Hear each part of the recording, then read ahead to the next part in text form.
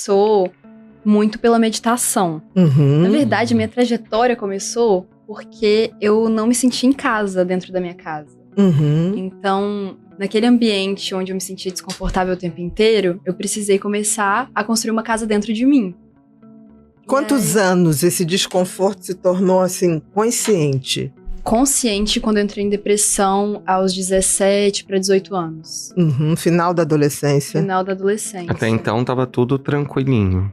Tranquilinho assim, eu já tive crise Já do dava sinais, pânico. já tinha sinais ali, né? Com uns 16, 15 anos eu tive uma crise do pânico forte, intensa, bem repetitiva, assim. Você teve vários episódios, né? Vários que episódios. vai paralisando, né? Terrível, É né? horrível. Terrível. E eu acredito que eu tive depressão ali pelos meus 10 anos de idade. Por quê, Porque Duda? eu tinha pensamentos de acabar com a minha vida. De não mais viver. De não mais viver. Qual era a diferença? Era assim, do jeito que tá, não tá legal, prefiro sair dessa? Ou era uma coisa assim de, eu vou dar um jeito de não mais existir? Qual era o pensamento? Muito boa essa pergunta. Porque tem uma diferença. Uma coisa traz uma ideação de finalizar a vida. Sim. A outra dá uma sensação de tipo assim, consciência do que eu tô vivendo não é bacana. Não tá legal. Mesmo que eu não saiba o que fazer pra mudar. É verdade, eu acho que é mais o segundo. A sensação de desconforto. Eu tenho um poema, eu gosto muito de escrever poema, em que eu falo assim, vaguei por tanto tempo me sentindo desconforto ambulante, sem lar. A sensação que eu tinha era que eu tava andando por aí o tempo inteiro me sentindo desconfortável, como se não fosse pra eu estar aqui. Entendi. Era errado estar aqui. Não pertencimento. Não pertencimento total. Não só ao lar, à família, como ao mundo. Ao mundo, a sensação de que tava errado estar aqui, assim. Eu tenho uma experiência com a minha mãe. Hoje em dia, pra minha surpresa, se eu contasse pra Duda criança, ela ia ficar chocada. Que hoje em dia a gente tem uma boa relação. Entendi. Mas a gente não teve. A minha mãe foi uma mãe jovem, a minha mãe se envolveu com questões até de dependência. Hoje em dia ela superou tudo isso. É muito bonito ver a trajetória com dela. Certeza. Mas eu me senti muito rejeitada por ela na minha vida. Pra você se sentia como até abandono. Porque ela também era muito jovem, né? Sim. Quantos anos ela tinha quando ela... assim, jovem... Sim, mas ela tinha minha idade. Hoje? Ela tinha minha idade hoje. Tá, entendi.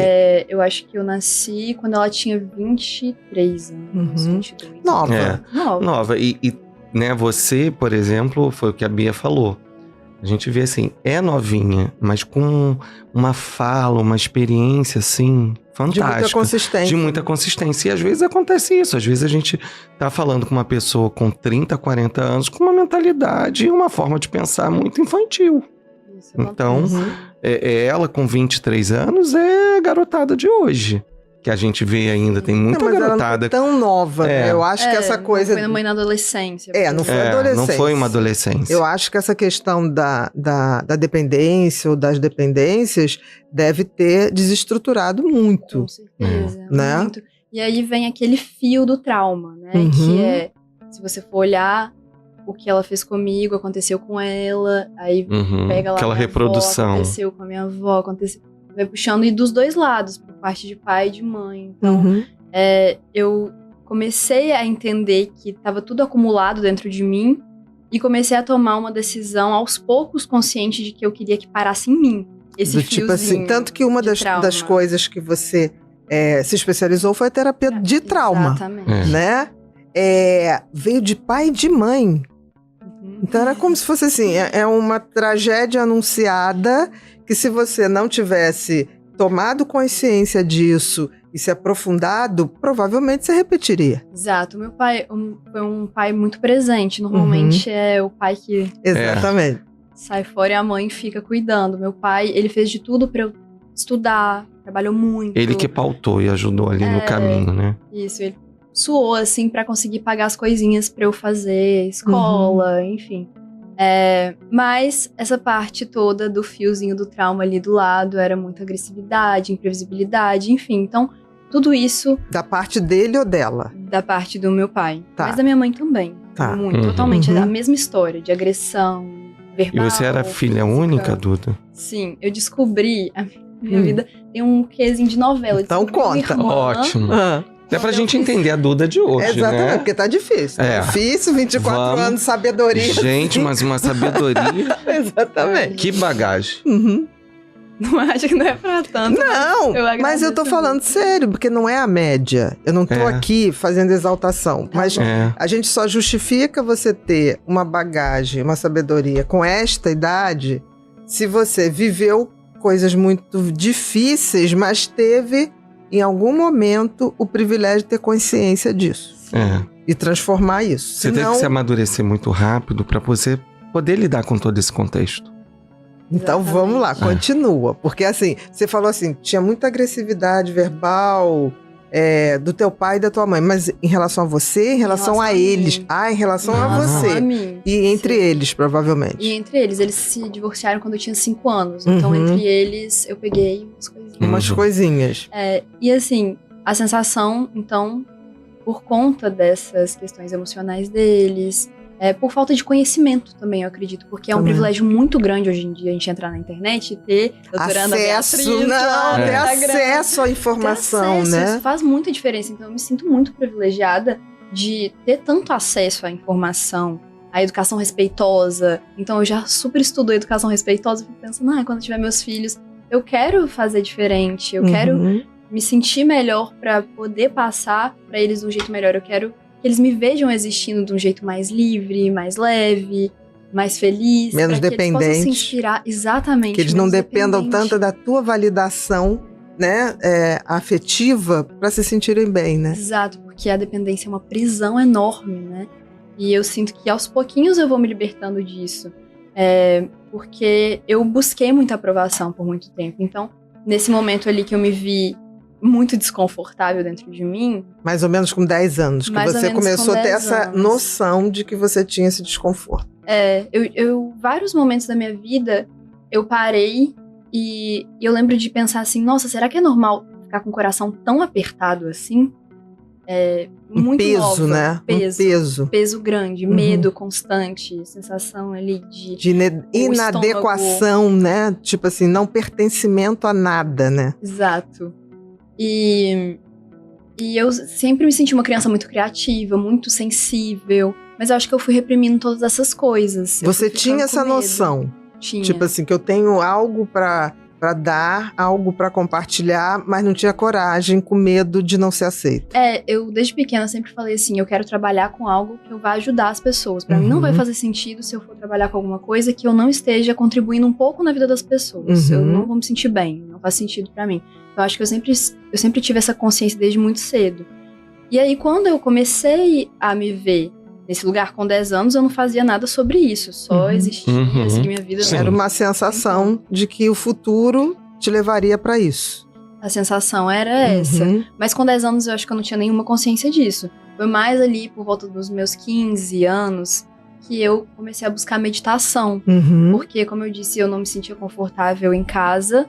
E aí, eu tive esse insight. Beleza, eu preciso fazer alguma coisa. Foi um insight, alguém que chegou a você buscou, leu. Alguém te falou? Eu não na sei escola. Como começou. Eu lembro de pesquisar no YouTube, meditação guiada. Entendi. Olha, que bacana. Entendi. Meditação no YouTube. E eu comecei a praticar meditação. Então eu dividia o quarto com meu pai nessa época. E aí, enquanto ele não estava no quarto, ele precisando de trabalhar, porque ele trabalhava muito de casa, eu ficava fazendo meditação. Ficava meditando, ficava às vezes bastante tempo do meu dia meditando. E eu comecei a lidar com as minhas questões assim. Tava com algum problema, eu parava, meditava. Antes disso, eu tive fases caóticas também. Com 13 anos, eu bebia muito. Comecei tudo cedo. Acho que eu sou precoce em bastante coisa. E aí, por isso, eu já saturei um pouco também. Entendi. Daí a sabedoria, né? Você teve vivências muito cedo e já começa a tirar conclusões. Porque sabedoria é experiência, né? Eu sinto que eu tenho muita coisa pra viver, se Deus me permitir. Mas eu sinto que bastante coisa que eu passei de ter bebido muito, de ter fumado cedo, experimentado um tanto de coisa, foi completamente inconsequente, porque minha cabeça, meu cérebro nem tinha como esse tipo de exatamente. E eu tava despejando toda a minha frustração ali também. Você tava tentando preencher. De alguma Tentando maneira, preencher. não sabe nem o quê. E isso você tinha acesso, por exemplo, a bebida, o cigarro, isso você via na sua casa? Não, o meu pai, ele não... Tá.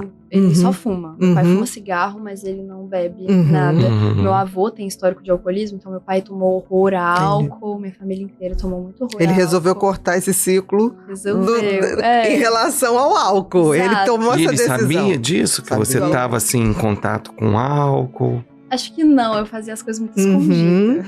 É. Uhum. E eu acho que isso é também uma questão. Meu pai é maravilhoso, me prendia muito. E aí eu vou dar meu jeito aqui, Sim. porque eu não entendia, assim, era só uma vontade de extravasar uma energia, eu acho. Que se eu soubesse canalizar, talvez teria virado desde cedo arte, quem Uhum. sabe? Uhum. Era uma Talvez desde revolta, uma cedo. raiva. Uma revolta, uma raiva, Uhum. uma vontade de sair correndo, sabe, assim? Sim, Descabelar. sim. Uma vontade de falar, de dizer, mas nem sabe o que, Nem né? sabe o quê. Uhum. Mas assim, as minhas tias me dizem que desde pequena eu sempre fui muito boa de falar. Uhum. Sempre fui De se aquela expressar. criança que... Sabe quando criança fala travesseiro? Essas palavras assim, minhas tias brincam que na infância eu sempre fui muito correta. Era Falava- travesseiro. Oh, tá. Eu tinha essa coisa assim com as palavras. Eu gostava Esse de gosto falar. das palavras, né? E contava história, falava muito. Então elas sempre me contam isso. Uhum. Eu acho que, de certa forma, a gente nasce. A gente nasce com umas coisinhas, né? Umas inclinações. Já tinha um talento ali sinalizando para esse gosto da expressão através das palavras, Isso, né? sim. Uhum. Eu sempre gostei das palavras. Eu sempre gostei de ler, de poema.